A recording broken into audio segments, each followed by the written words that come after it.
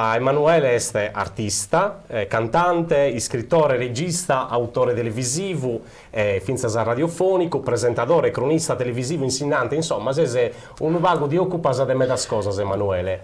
La verità è che io ho fatto solo su professore in scuola media e satiro è tutto cosa come te si nada de contorno. Però intanto la vaga è giusto finzas alla ponere in evidenza, insomma, se finzas a connotto a livello narimoso Sardegna e oltre pure, oltre sepuro, penso, e Ducas tu conosci ne vinzas Emanuele Garau non solo come professore, ma vinzas come artista. Prima di tutto, Emanuele, la prima pregunta è scusta. Qualche nota biografica tua, in su senso, come hai incominciato questa attività artistica? Ma nato prima che noi stessa la prima intervista in sardo, Caponau? No. Ducas non sono privilegiato in questo, però ecco, come te nasce un vago? La verità è scusa, che io sono nascito in Castello, ma babbo mio e mamma mia sono de su cape supra, come si narra in Oghe.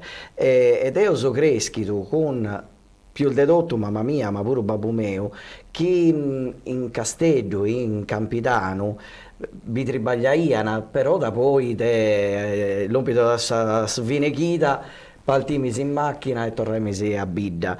Ed io sono cresciuto in questo mondo che è questo mondo di saida, che è il diverso da questo mondo che si può, da questa vita che si può vivere in questa città.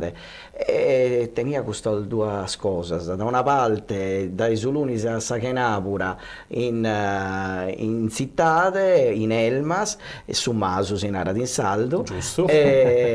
E poi Canapura Zero, sabato e domenica e tutto, ogni stio, ogni Natale, ogni Pasqua, ogni festa sempre in Bidda.